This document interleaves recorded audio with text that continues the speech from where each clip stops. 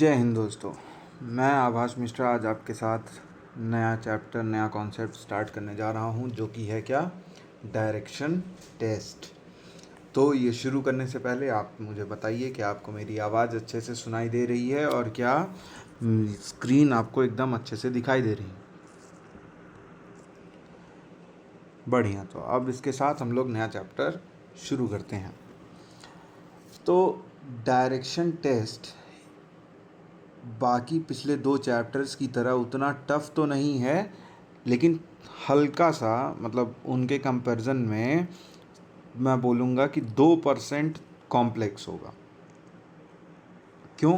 क्योंकि कुछ क्वेश्चंस ऐसे होते हैं जहाँ पे आप अगर डायरेक्शन पे या डिस्टेंस पे आप ध्यान हल्का सा आपका हटा तो तुरंत ही वो गलत हो जाएंगे।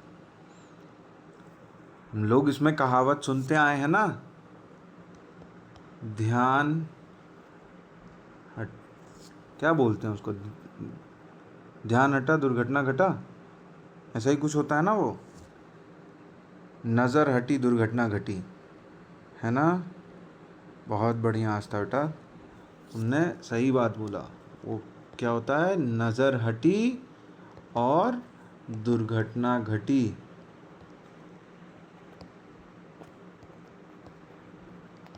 तो यहाँ आपकी नज़र हल्की सी भी भटकेगी, हल्का सा आप राह भटके अपना, तो तुरंत ही आपका क्वेश्चन गलत हो जाएगा। तो सिलॉजिज्म हमने किया है और उसके बाद हमने क्या किया,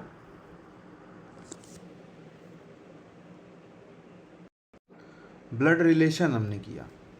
तो ये दो चैप्टर्स में सिलॉजिज्म और ब्लड रिलेशन, ये दो चैप्टर्स हमने किया, जिसमें मैंने क्या बोला कि इन दो क्वेश्चंस में अगर आप एकदम अच्छे से ध्यान देके क्वेश्चंस को करेंगे तो आपकी 100% एक्यूरेसी हो सकती है इन क्वेश्चंस में। उसी तरीके से डायरेक्शन टेस्ट भी एक ऐसा कॉन्सेप्ट है जिसमें आप आराम से you can score 100% out of all the 3 or 4 questions that will be there in the question paper। 3 से 4 क्वेश्चंस तो आपके हर पेपर में इसके दिख ही जाते हैं। समझ में आया यहाँ तक आपको? तो अब चलिए इसके कॉन्सेप्ट्स के बारे में हम लोग पढ़ते हैं कि कैसे क्या करना होता है। सबसे पहला इसका हम लोग पढ़ेंगे बेसिक कंपास। एक आपने देखा होगा, बचपन से ऐसे देख रहे होंगे, एक छोटा सा ऐसे सर्कुलर बॉक्स होता है जिसमें एक मैग्नेट ऐसे बीच में लगा रहता है और वो मैग्नेट डायरेक्शन को शो करता है। इस तरीके से एक मैग्नेट लगा होता है जिसमें ये यहाँ हल्का सा रेड कलर का होता है जो नॉर्थ डायरेक्शन को शो करता है। तो ये कंपास होता क्या है, think of the world as a clock face, जिसमें नॉर्थ 12 पे है, ईस्ट 3 पे है, साउथ 6 पे है और वेस्ट 9 पे है। तो मान लीजिए कि ये जैसे ये फिगर बना है, ये असल में क्या है, एक क्लॉक है। तो नॉर्थ क्या है, जब 12 बजेंगे जहाँ पे, वहाँ नॉर्थ होगा। जहाँ पे 3 बज रहे होंगे वहाँ पे ईस्ट होगा। जहाँ पे 9 बज रहे होंगे वहाँ पे वेस्ट होगा। जहाँ पे 6 बज रहा होगा वहाँ पे साउथ होगा। समझ में आया यहाँ?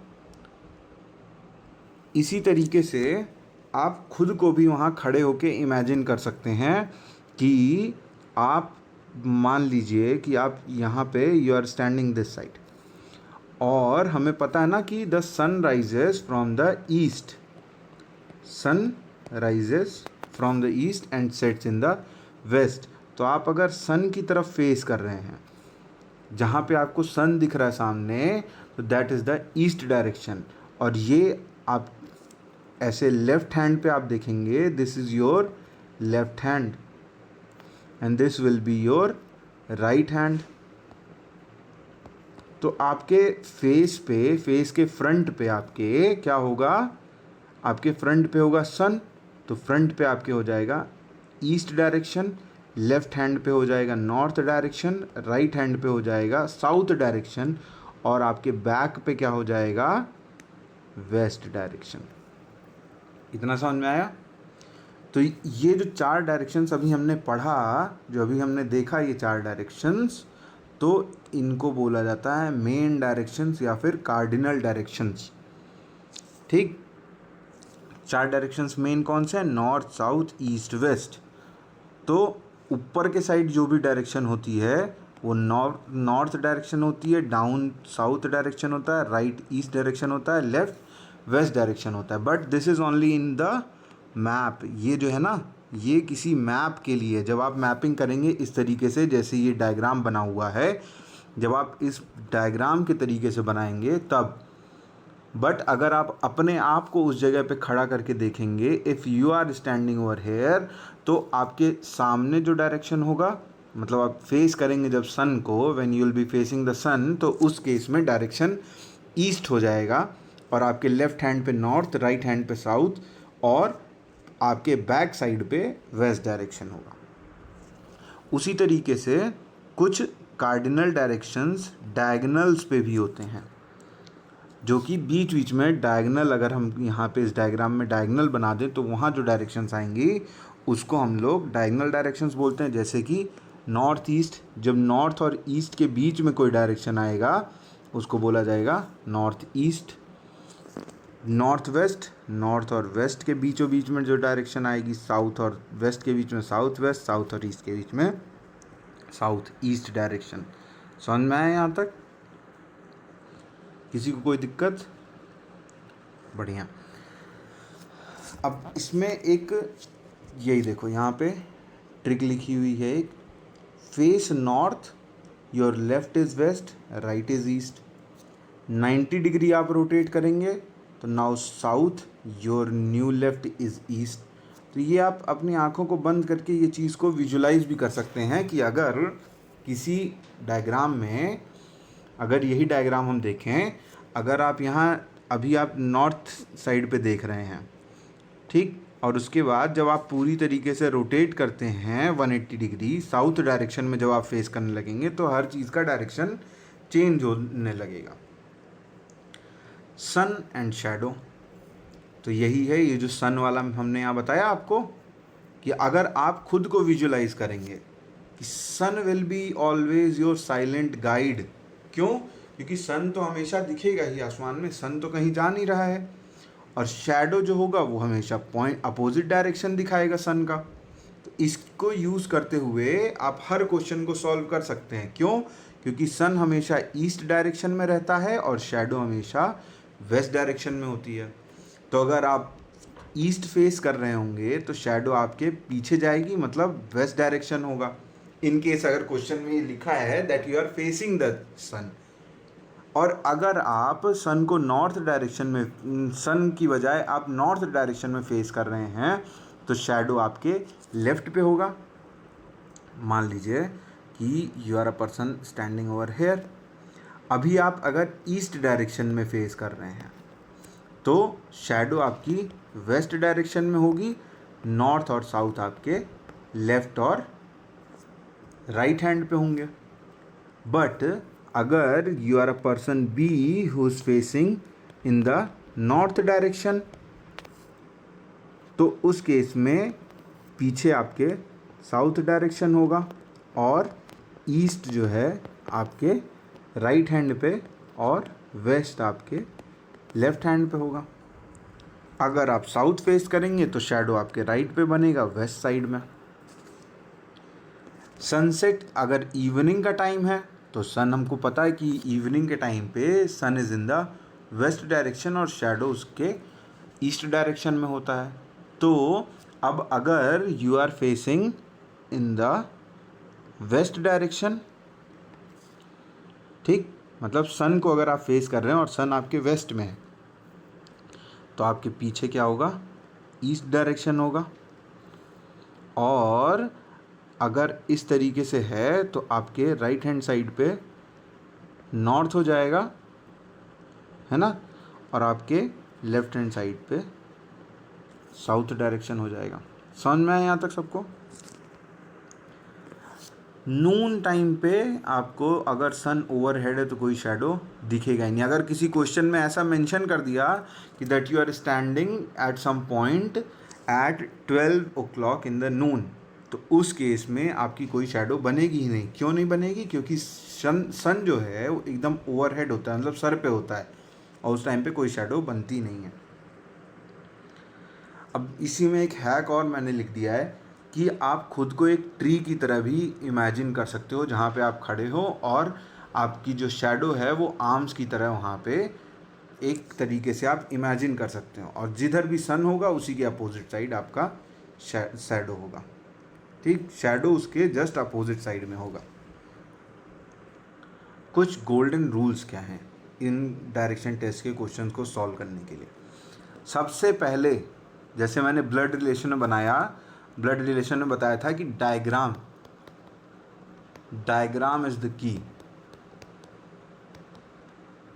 डायग्राम अगर आपको बनाना आ गया, आप डायग्राम अच्छे से बना ले गए बिना किसी गड़बड़ी के, तो ये क्वेश्चंस आप आराम से सॉल्व कर ले जाएंगे। समझ में आया सबको? तो पहला रूल क्या है कि हमेशा एक स्केच, एक मैप बनाने की कोशिश करिए। Directions are visual, words alone trick you. क्यों ऐसा ज़रूरी है? क्योंकि क्वेश्चंस तो बहुत आसान होंगे, लेकिन उसमें एग्जामिनर ने कुछ ऐसे वर्ड्स यूज़ कर रखे होंगे जिसमें आप कंफ्यूज हो सकते हैं। तो इस वजह से ध्यान से एक एक वर्ड पढ़ के तभी आपको क्वेश्चन सॉल्व करना है। अब इसमें देखिए आगे एक एग्जाम्पल दिया है मैंने। Mark start as O, south equals to down, east equals to right, left turn equals to 90 degree anti clockwise.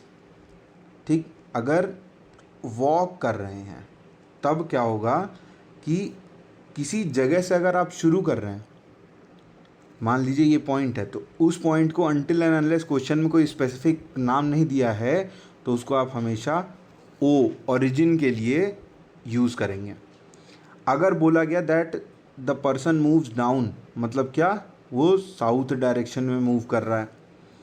अगर वो बोलता है the person moves to the east, तो ईस्ट क्या है? ये अगर साउथ डायरेक्शन गया तो ईस्ट इसका क्या हो जाएगा? राइट में है ना ईस्ट, क्योंकि ये नॉर्थ है, ये साउथ है, ये ईस्ट है, ये वेस्ट है, तो ईस्ट मतलब यहाँ से ये राइट गया।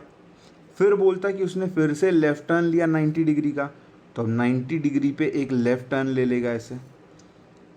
एंटी क्लॉकवाइज भी लिखा हुआ है। एंटी क्लॉकवाइज मतलब क्या? अगर वो इधर लेफ़्ट टर्न लेता तो ये क्लॉकवाइज होता है ऐसे, बट इसने इस साइड लेफ़्ट टर्न लिया है तो ये एंटी क्लॉकवाइज हो गया। क्लॉक कैसे मूव करता है? क्लॉक हैंड, ये अगर क्लॉक हैंड होता है तो ये ऐसे मूव करता है ना।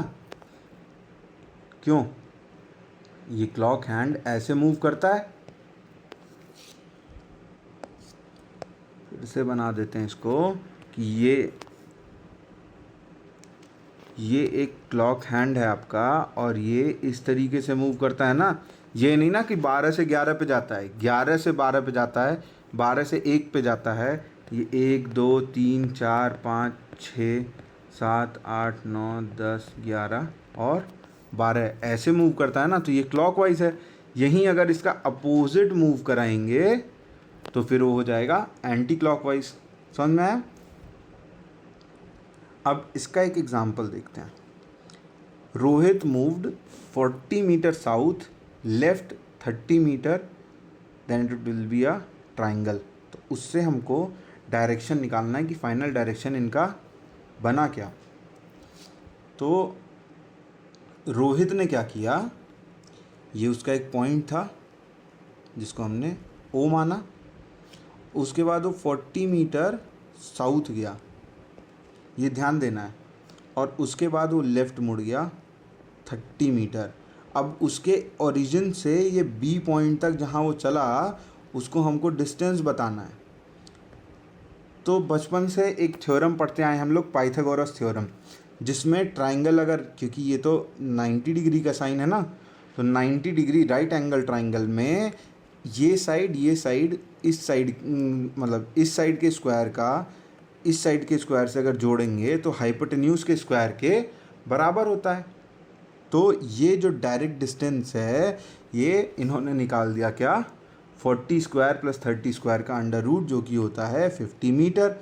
और डायरेक्शन पूछा इसने, तो ये देखो ये साउथ में गया और फिर लेफ़्ट मुड़ा।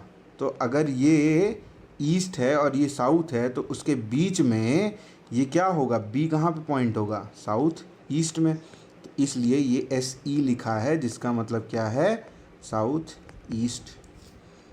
समझ में आ गया ना यहाँ तक।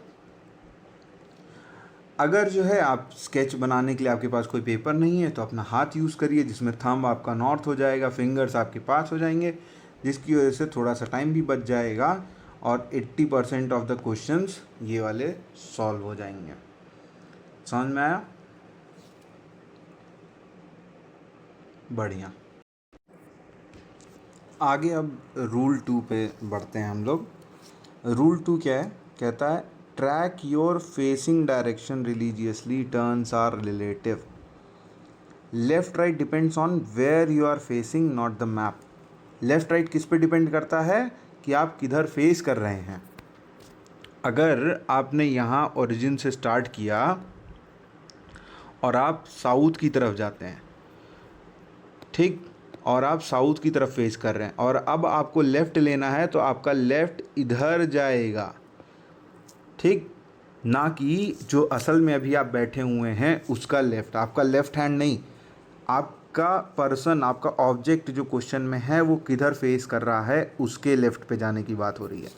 यहीं अगर ये आपका जो ऑब्जेक्ट था क्वेश्चन में वो नॉर्थ जाता तो इसको लेफ़्ट अगर लेना होता तो इधर जाता, राइट लेना होता तो इधर जाता। यहाँ पे भी राइट के केस में इस साइड जाता है, ठीक। तो डिपेंड करता है कि किस साइड आपका ऑब्जेक्ट क्वेश्चन का फेस कर रहा है at that point of time जहाँ पे लेफ़्ट राइट लेने के लिए बोला गया है। अगर इनिशियल फेसिंग की बात की जाए तो हमेशा नॉर्थ को ही एज्यूम करना है अगर क्वेश्चन में लिखा नहीं हुआ है, ठीक।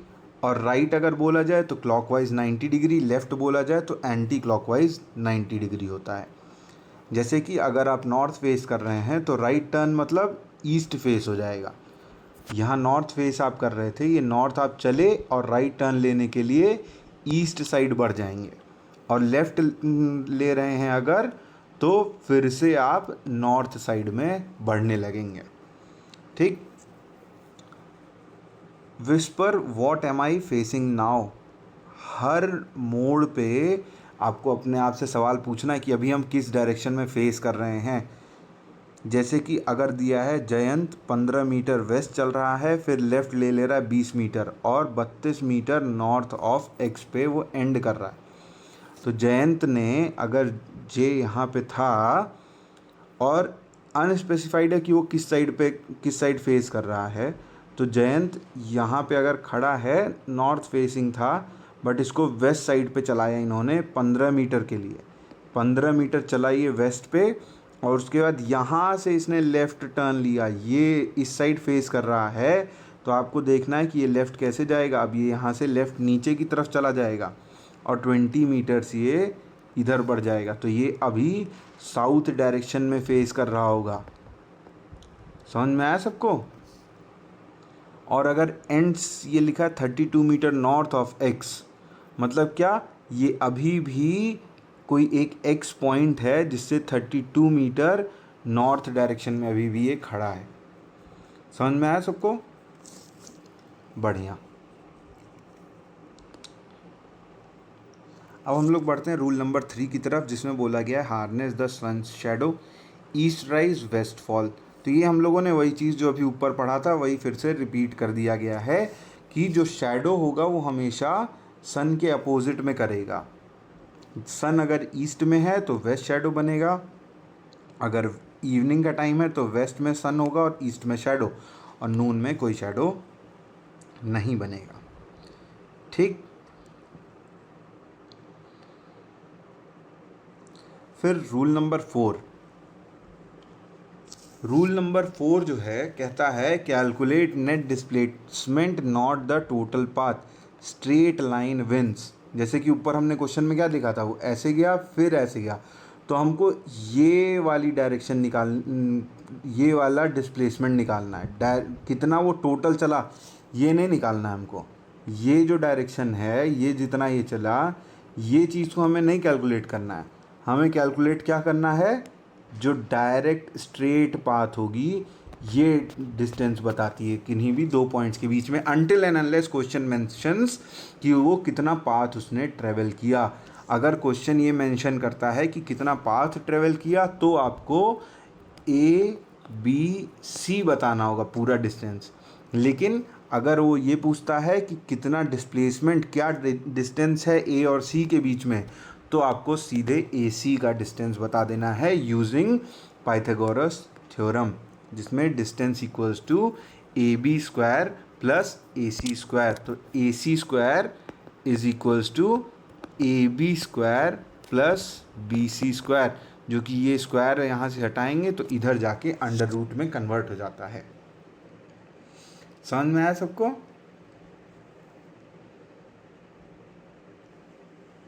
बढ़िया।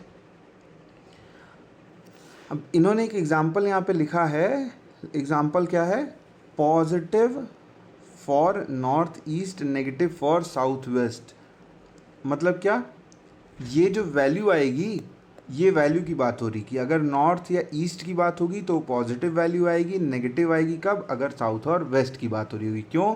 क्योंकि ये एक ग्राफ बनाना आपने बचपन में सीखा होगा। ये ऐसे ग्राफ जो बनता है कि ये एक्स एक्सिस है, ये ये वाई एक्सिस है आपका, ये एक्स एक्सिस है, तो इधर इधर इधर इनकी वैल्यूज़ पॉजिटिव होती हैं, लेकिन ये 0,0 के नीचे की वैल्यूज़ हमेशा नेगेटिव होती हैं।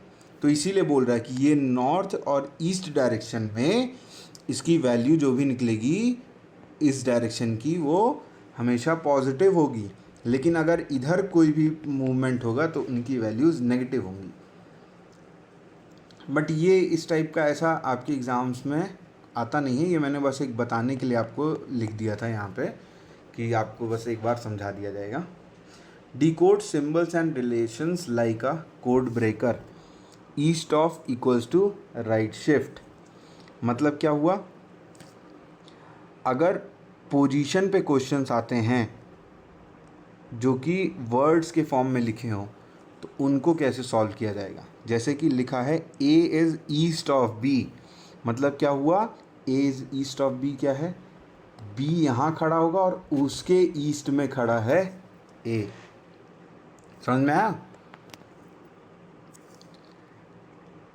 डायगनल्स कैसे होते हैं, नॉर्थ ईस्ट। मतलब क्या, अगर बोला जाता Q is south west of P, मतलब क्या, Q यहाँ पे है और ऐसे डायगनल पे खड़ा है P से। क्यों? क्योंकि this would B south and this would be your west direction, है ना। तो ये साउथ वेस्ट में, साउथ और वेस्ट के बीच में Q खड़ा है। R is east of Q and south east of P। अब ये वाला ज़रा सा थोड़ा सा कॉम्प्लेक्स बनाने की कोशिश की गई है।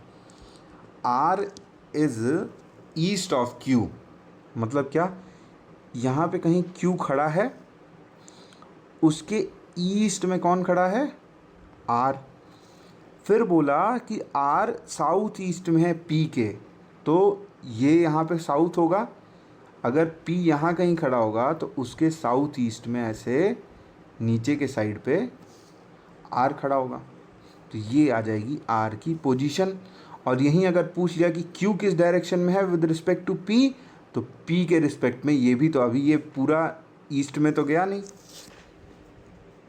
जस्ट अ सेकेंड, थोड़ा सा गड़बड़ हो गया यहाँ, ये साउथ ईस्ट नहीं है, ये साउथ वेस्ट बन गया। ईस्ट कैसे होगा, ईस्ट बनेगा, एक सेकेंड, Q के ईस्ट में है R, और R जो है P के साउथ ईस्ट में है। ये ईस्ट डायरेक्शन है ना, और ये साउथ डायरेक्शन है। तो अगर पूछा गया कि P और Q किस डायरेक्शन में है एक दूसरे के, तो P is in the north direction of Q और ये Q is in south direction of P। अब ये क्वेश्चन समझ में आ गया होगा सबको। एक और यहाँ पे दिया है T is in north of R in QP line. तो ये जो QP वाली लाइन है, तो इसमें बोला कि T is north of R। तो इसी लाइन में अगर हल्का सा और बढ़ा देंगे, ठीक, तो यहाँ पे आ जाएगा आपका T। तो ये क्या हो जाएगा, ये नॉर्थ ईस्ट में चला जाएगा ना इसके QP लाइन से, तो इस वजह से ये नॉर्थ ईस्ट ऑफ P हो जाएगा T का अगर लोकेशन पूछा जाए तो।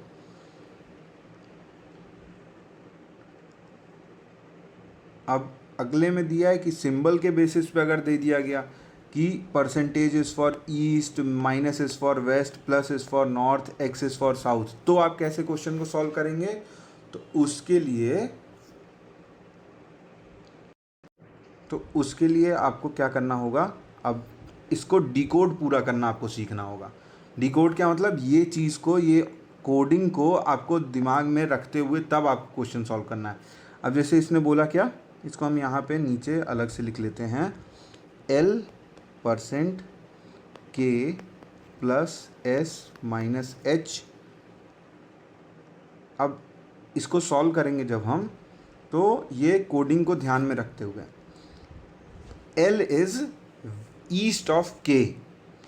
L इज़, इसका मतलब क्या हुआ, दिस इज़ ईस्ट, प्लस का मतलब नॉर्थ, और माइनस का मतलब वेस्ट, है ना। तो L is east of K, तो अगर K यहाँ है तो उसके ईस्ट में L होगा। प्लस का मतलब नॉर्थ, तो K is in north of S, तो K is in north of S। S जो है K के साउथ में चला गया।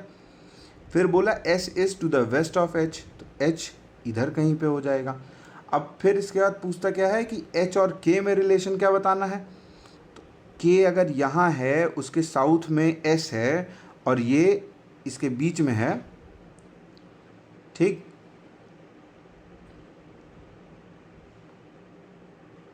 जस्ट अ सेकेंड, कुछ तो इस क्वेश्चन में गड़बड़ है।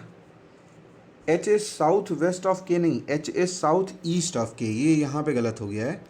H is south east of K, हल्का सा टाइपिंग में मिस्टेक हो गया। एक बार क्वेश्चन फिर से देख लेते हैं। Percentage is for east, minus is for west, and plus is for north. तो L is to the east of K, K के ईस्ट में L हुआ, K प्लस S, तो K is to the north of S, ठीक है, and S is to the west of H। हाँ, तो K H के रिस्पेक्ट में अगर देखा जाएगा, मतलब सॉरी, H को अगर K के रिस्पेक्ट में देखा जाएगा, तो H is to the south east. क्यों है, क्योंकि ये ईस्ट डायरेक्शन है, ये साउथ डायरेक्शन है, तो ऑब्वियस सी बात है कि this would B south east direction. समझ में आ गया सबको यहाँ तक? बढ़िया। अब हम आगे बढ़ते हैं रूल नंबर 6 की तरफ, जो कि क्या कहता है, क्लॉक्स और हैंड्स की तरह मिनट रूल्स द आर। मतलब क्या, क्वेश्चंस जो हैं, watch questions tie to directions. जैसे कि कुछ क्वेश्चंस होते हैं जिसमें वॉच को यूज़ करते हुए डायरेक्शंस पता करने के लिए बोल दिया जाता है। तो उस केस में जो क्लॉक होता है उसको एक मिनी कंपास की तरह, जैसे हमने स्टार्टिंग में बताया कि उसको तुमको टाइम उसमें मिलाते जाना, जैसे ये मैंने ये जो क्लॉक वाला बताया, ये यूज़ करते हुए ही आपको आगे यहाँ पे क्वेश्चन को इसमें सॉल्व करना रहेगा, ठीक। जैसे कि यहाँ इन्होंने एक क्वेश्चन बोला कि मिनट हैंड इज़ एट 12, जो कि नॉर्थ होगा, और हर घंटा जो 30 डिग्री में रोटेट करता है, तो 4:30 पे वो किस डायरेक्शन में होगा, बताइए। तो उस केस में आपको ऐसे एक क्लॉक ड्रॉ करनी होगी, जहाँ पे 12 पे स्टार्ट होगा, ठीक। मिनट हैंड जो है वो 12 पे है, और 4:30 पे आपको उसका आर हैंड का डायरेक्शन बताना होगा, ठीक। तो 4:30 पे आपका क्लॉक कैसा दिख रहा होगा, कुछ ऐसा कि ये ऐसे होगा, ये 4 पे आपका आर हैंड होगा, 4 बज रहा होगा, और यहाँ 6 पे 30 होता है ना, ये 3 2 1, ये 12 11 10 9 8 और 7। तो हमको ये इस वाले मिनट हैंड आर हैंड का डायरेक्शन अगर हमको बताना है तो ये इस समय क्या होगा, 12 is for north, 3 is for east, तो ये this 6 is for south and 9 is for west. तो अब ये ईस्ट और साउथ के बीच में है ना, ईस्ट और साउथ के बीच में 4 बज रहा है, तो ये क्या हो जाएगा, नॉर्थ ईस्ट पे, नॉर्थ ईस्ट पे नहीं है, ये नॉर्थ साउथ ईस्ट पे है अभी, है ना, ये साउथ ईस्ट पे है। लेकिन ये क्वेश्चन आगे फर्दर क्या कह रहा है, अगर इसको ईस्ट डायरेक्शन में रोटेट कर दिया जाए होल क्लॉक को, तो ये अगर 90 डिग्री यहाँ से रोटेट हो जाता है तो ये पॉइंट अब यहाँ पे करेगा, है ना। इसने यहाँ पे क्या कहना चाह रहा है कि 90 डिग्री इसको रोटेट कर दीजिए, तो ये 2 बजा देगा यहाँ पे। अब तो इस केस में आ जाएगा क्या, ये नॉर्थ है और ये ईस्ट के बीच में है, तो अब जो आर क्लॉक होगा वो नॉर्थ ईस्ट पे होगा, 4:30 पे साउथ ईस्ट में होगा। लेकिन अगर उसको हम रोटेट कर देते हैं राइट साइड पे, रोटेट कर देते हैं होल क्लॉक को, तो उस केस में नॉर्थ ईस्ट पे आ जाएगा। समझ में आया? डबल चेक भी कर सकते हैं इसको, वापस उल्टा चलते हुए, पीछे की तरफ बढ़ते हुए, क्योंकि अगर हल्का सा भी रॉन्ग टर्न लेते हैं तो पूरी तरीके से क्वेश्चन गलत हो सकता है। तो and point two and point फिर से स्टार्ट कर सकते हैं, ठीक।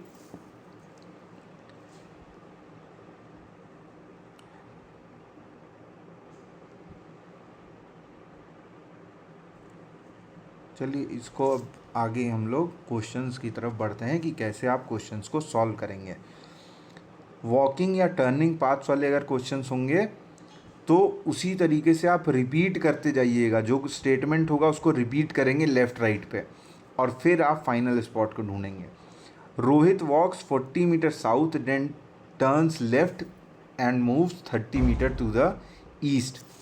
तो रोहित जो है अगर यहाँ से ओ से स्टार्ट करता है और साउथ में 40 मीटर जाता है और फिर वो लेफ़्ट लेता है 30 मीटर, तो अब क्या है, वो साउथ ईस्ट डायरेक्शन में है और उसका डिस्टेंस 50 मीटर हो जाएगा पाइथागोरस थ्योरम यूज़ करते हुए।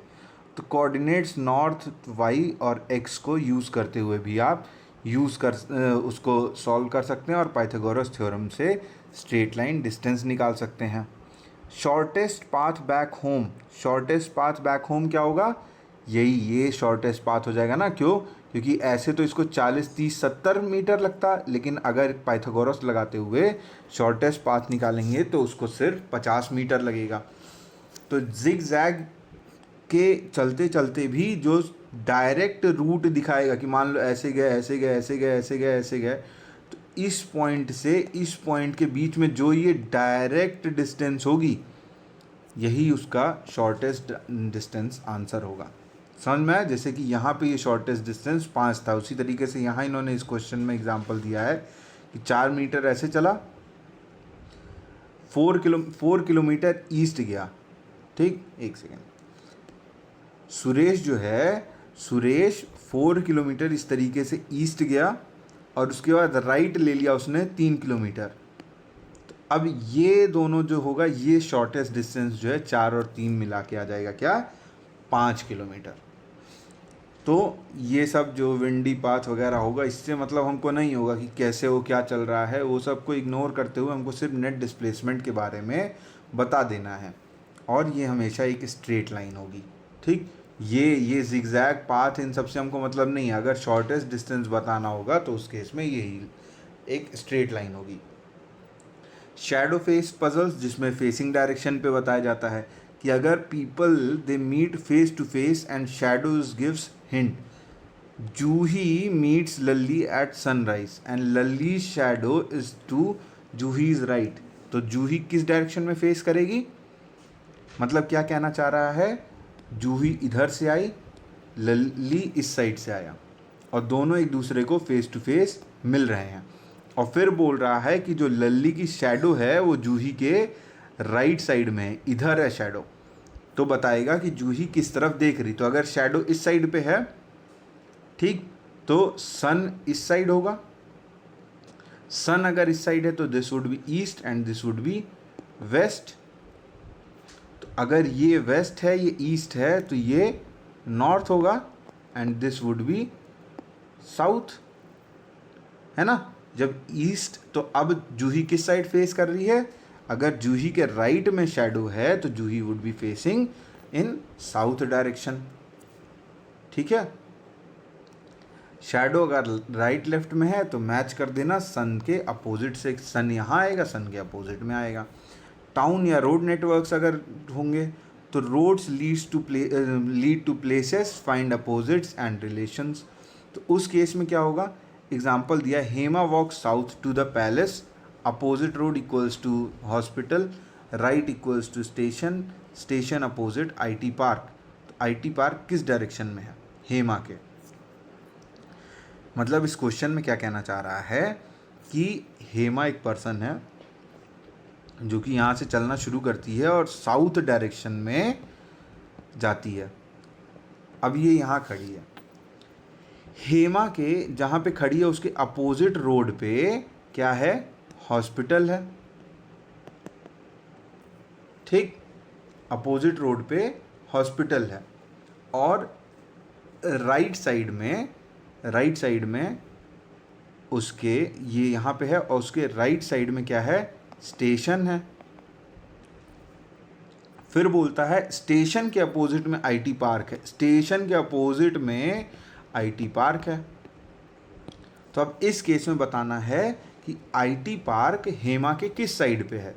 तो ऑब्वियस सी बात है, अगर ये साउथ फेसिंग है और राइट साइड में स्टेशन है, लेफ्ट साइड में IT पार्क है, तो IT पार्क उसके ईस्ट डायरेक्शन में होगा। तो इसी तरीके से आपको ये क्वेश्चंस को सॉल्व करना है। टिप्स क्या हैं कुछ इसके सॉल्व करने के लिए? अगर जो है कोई भी क्वेश्चन हो, आपके पास पेपर नहीं है, तो आप हैंड थंब रूल को यूज़ करते हुए कर सकते हैं। क्लॉकवाइज का मतलब राइट 90 डिग्री होगा, एंटी क्लॉकवाइज लेफ्ट हो जाएगा। मतलब क्या? अगर आप ऐसे खड़े हैं और आपको क्लॉकवाइज चलने को बोल रहा है तो आप इस साइड बढ़ेंगे, और अगर एंटी क्लॉकवाइज चलने को बोल रहा है तो आप इस साइड बढ़ेंगे। This is your anti clockwise and this is clockwise, ठीक। कॉमन ट्रैप्स क्या होगा? Left of left confuses. तो अगर लेफ्ट ऑफ लेफ्ट बोला गया, मतलब क्या इस केस में कि A is to left of B's left. मतलब क्या? B खड़ा है, B का लेफ्ट हुआ ये, और इसका लेफ्ट क्या हो जाएगा? ये। तो A यहाँ कहीं खड़ा होगा उसके साउथ वेस्ट डायरेक्शन में। Practice makes a man perfect, ये हम लोग पढ़ते ही आए हैं। तो हर दिन आप 10 क्वेश्चन, 10 तो बहुत कम है, कम से कम 30 क्वेश्चन इसके लगाइए, और 1 मिनट के नीचे, लेस देन 1 मिनट आपको ये क्वेश्चन सॉल्व करने में लगना चाहिए।